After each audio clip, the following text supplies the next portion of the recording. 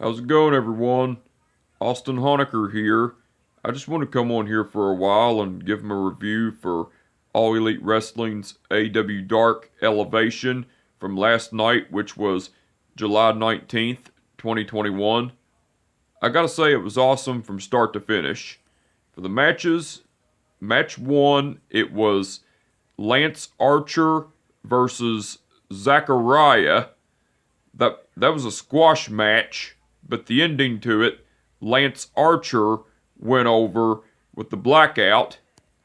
Match two, it was the Best Friends, which are Chuck Taylor and Orange Cassidy, versus Chaos Project, which are Luther and Serpentico. That was a great match, but the ending to it, the Best Friends went over because Chuck Taylor and Orange Cassidy pinned Luther and Serpentico after Orange Cassidy executed the Orange Punch to Luther, and Luther fell on top of Serpentico. Well, after the match, as Chuck Taylor, Orange Cassidy, Wheeler Yuta, and Chris Statlander done their signature best friend hug, the Blade and the Bunny came out, and the Blade had his brass knuckles, and he was jaw-jacking with Orange Cassidy, jaw-jacking at Orange Cassidy, and Orange Cassidy and the Blade stared each other down, which that was cool. Match three, it was Hikaru Shida versus Dulce Tormenta. That was a great match, but the ending to it, Hikaru Shida went over with the katana. Match four, it was Powerhouse Hobbs versus Lucas Chase. That was a squash match, but the ending to it, Powerhouse Hobbs went over with the spine buster. Match five, it was Frankie Kazarian versus Baron Black. That was a great match, but the ending to it, Frankie Kazarian went over with the crossface chicken wing. Well, after the match, Brandon Cutler came out. As he got in the ring, he tripped, and Frankie Kazarian laid Brandon Cutler out with a clothesline, and then Frankie Kazarian took the pepper spray and took Brandon Cutler's mask off and sprayed his face with it, and Frankie Kazarian left the ring. Brandon Cutler was still in the ring and couldn't see or anything, so Frankie Kazarian went back in the ring and done another clothesline to Brandon Cutler and laid him out, and Frankie Kazarian was getting ready to do more damage on Brandon Cutler, but Doc Gallows came out and attacked Frankie Kazarian with a big boot, and then Doc Gallows done the choke bomb to Frankie Kazarian and laid him out, and Doc Gallows stood tall while Frankie Kazarian and Brandon Cutler were laid out. That was cool. Match six, it was Jungle Boy versus Angelico.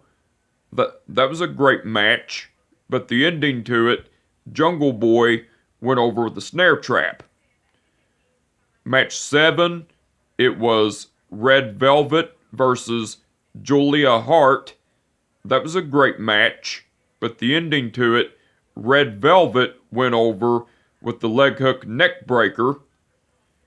Match eight, it was the Gun Club, which are Billy and Colton Gunn, versus the Nightmare Family, which are Lee Johnson and Brock Anderson. That was a great match, but the ending to it, the Gun Club went over because Colton Gunn pinned Lee Johnson with a small package. Match 9, that was match 8, by the way. Match 9, it was Luchasaurus versus Fuego del Sol. That was a quick match, but the ending to it, Luchasaurus went over with a choke flip into a knee to the face. Match 10, it was Dante Martin versus Sean Dean. That was a great match, but the ending to it, Dante Martin went over with the flipping stunner. Match 11, that was match 10 by the way. Match 11, it was Serena Deeb and Ty Conti versus Jasmine Allure and Vert Vixen. That was a great match, but the ending to it, Serena Deeb and Ty Conti went over because Serena Deeb made Jasmine Allure tap out to the Serenity Lock. And match 12, and match 12, which was the main event, it was Pena El Cerro Miedo and Eddie Kingston versus the Wingmen, which are Cesar Bononi and J.D. Drake. That was a great match, but the ending to it, Pena El Cerro Miedo and Eddie Kingston went over because Pena El Cerro Miedo pinned J.D. Drake with the sacrifice armbreaker. Well, before the match, the Wingmen, which are Cesar Bononi and J.D. Drake, came out, and Cesar Bononi got a microphone and cut a promo talking about how he was pissed off because Ryan Nemeth and Peter Avalon couldn't make their flight and everything, and then J.D. Drake got on the microphone and was saying that even though they're outnumbered and everything, they were still gonna that they were gonna still not make everybody pretty, but make them ugly and everything, which that was cool.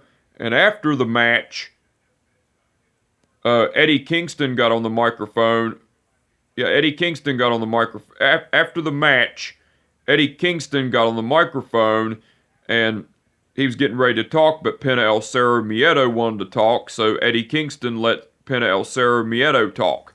Well, Pena El Cerro Miedo cut a promo in Spanish, and also thanked the fans of Austin, Texas for coming out and everything, and Alex Abrahantes got the microphone and translated everything Pena El Cerro Miedo said, and what Alex Abrahantes translated for Pena El Cerro Miedo, he said, Pena says, thank you so much, Austin, Texas, for having us, and you all are awesome, and we can't wait to come back to see you all and entertain you all for another AEW Dynamite, and was saying that I love you so much, thank you all and everything. And then Eddie Kingston got on the microphone and cut a promo talking about how AEW is forever, and how how much AEW has done for him and everything, and also thank the fans of Austin, Texas for coming out to see the show, and told everyone to tip their server, drive safe, and everything. And Eddie Kingston, Pena El Cerro Miedo, and Alex Abrahantes celebrated and everything, which that was cool.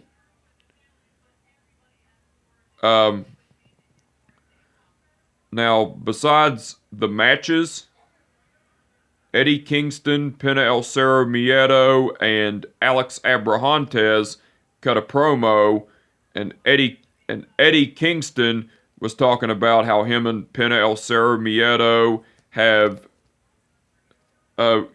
beat the Young Bucks, which are Matt and Nick Jackson, within the year that the Young Bucks have been undefeated and everything. But Eddie Kingston was also saying how him and Pena El Cerro Miedo were screwed over in that match, and everything, but it's the past. They're moving forward, and tonight, him and Penta El Cerro Miedo were gonna beat the shit out of the wingmen, which are Cesar Bononi and J.D. Drake and everything. And then Penta El Cerro Miedo cut a promo talking about how him and Eddie Kingston were going to kick the wingmen's ass and how they were going to give him a big makeover and everything. And because he's Penta El Cerro Miedo and he has zero fear.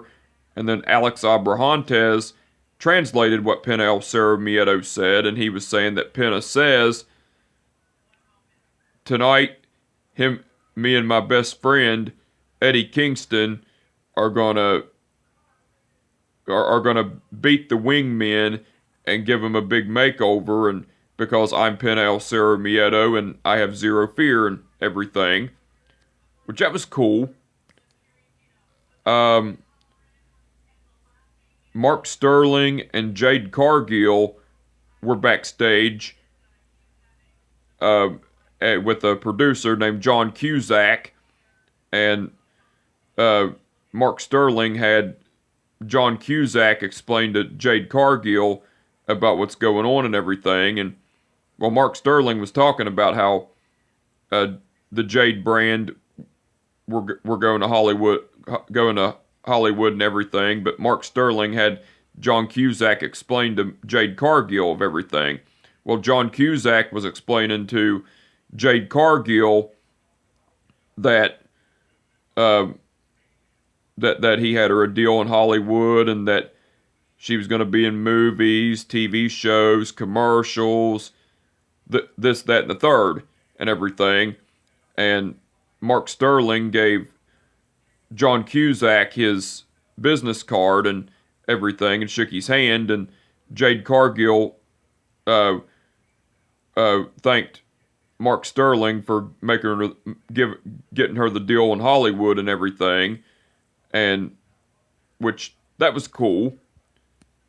And Powerhouse Hobbs cut a promo, and Powerhouse Hobbs was talking about how he was happy that Ricky Starks was now the FTW champion because Ricky Starks is a leader and a team player and everything, and Brian Cage was not a leader or a team player, and Powerhouse Hobbs was pretty much saying Brian Cage, stay home, don't come back, because if you do, I will kick your ass and everything, which that was cool.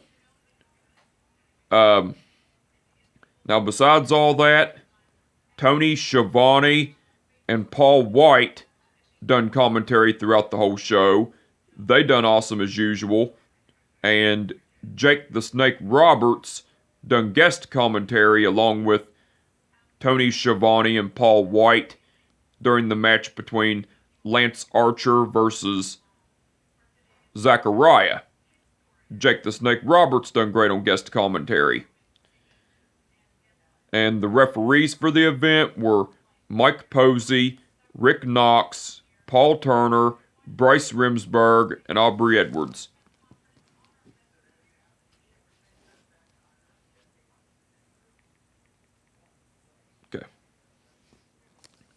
Okay. Mike Posey refereed the match between Lance Archer versus Zachariah. Aubrey Edwards refereed the match between the Best Friends versus Chaos Project. Mike Posey refereed the match between Hikaru Shida versus Dulce Tormenta. Paul Turner refereed the match between Powerhouse Hobbs versus Lucas Chase. Rick Knox refereed the match between Frankie Kazarian versus Baron Black.